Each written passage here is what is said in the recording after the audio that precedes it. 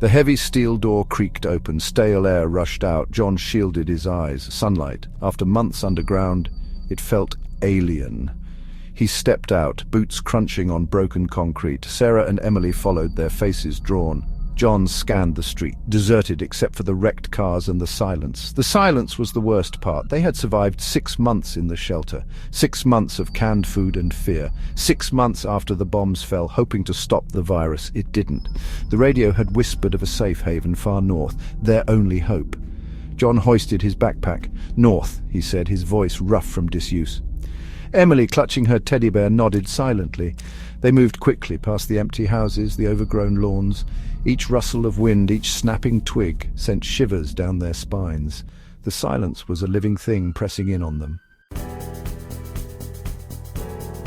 They walked for hours. The sun beat down. Sweat stung John's eyes. He scanned the streets, his grip tight on his rifle. The virus. It turned people into monsters. Hungry, relentless. He'd seen it firsthand. He remembered the chaos, the screams. The day the world ended. The day he'd barricaded himself, Sarah and Emily in the shelter. He pushed the memories down. Dwelling on the past was a luxury he couldn't afford. They reached the outskirts of town. A boarded-up gas station stood like a sentinel. John pointed. "We'll rest there." Sarah nodded, her face pale. Emily, exhausted, stumbled. John scooped her up, her small hand gripping his shirt. He held her tight. She was their reason to keep going. Days turned into weeks. They scavenged for food, for supplies. Empty towns and deserted highways became their world. The silence remained, broken only by the wind and their own footsteps. Hope was a fragile thing, flickering in the face of despair. One morning, Sarah cried out. John whirled around, rifle raised. "Look!" she whispered, pointing, a crude sign nailed to a post. "Safe Haven North." Hope surged through him, a sign. Someone was alive, someone was fighting. They pushed on with renewed vigor. The terrain grew rougher, the forests denser. The air grew colder, hinting at the approaching winter. But the sign kept them going, a promise.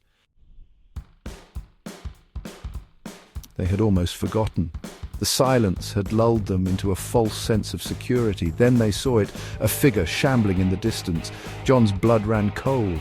Not gone, never gone. They hid in the trees, their breaths held tight. The infected, they were drawn to sound, to scent. John had seen them tear through soldiers, through civilians, through everything. He watched as the figure shuffled past, its moans echoing in the stillness. They stayed hidden long after it was gone. The encounter was a stark reminder. The world was a dangerous place. The silence was their enemy.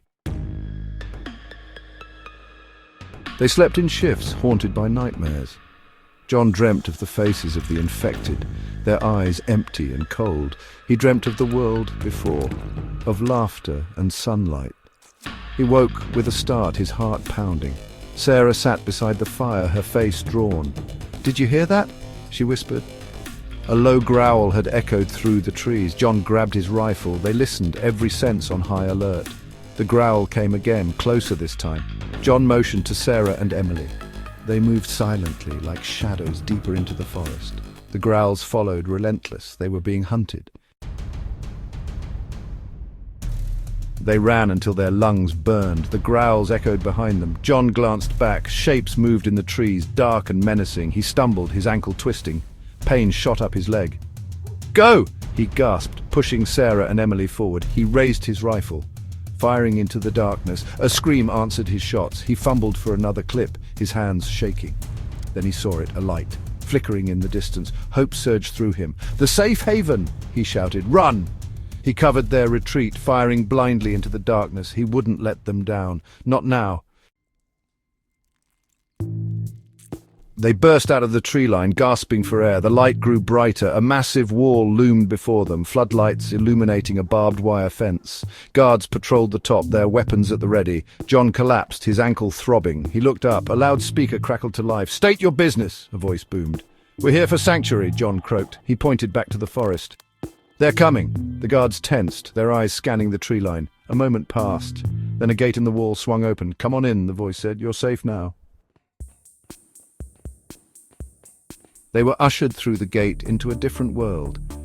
People moved with purpose, their faces etched with weariness but not despair. Children played in the streets. The air smelled of smoke and something else, hope. A woman approached them, her eyes kind. "Welcome," she said. "You're safe here. We'll get you food, medical attention." John nodded, his throat tight. He looked down at Emily, her small hand clutching his. She was asleep, her face peaceful for the first time in months. They had made it. They were home. John watched as the sun set over the wall, casting long shadows across the compound. He was exhausted, his body and mind weary, but he was alive. They were alive. He wrapped his arm around Sarah, pulling her close. She leaned into him, her warmth a comfort. The safe haven wasn't perfect, life was hard, resources scarce, but it was a future, a chance to rebuild. John looked at the faces around him, etched with the same hope he felt. They had survived the end of the world. Now they would build a new one, together.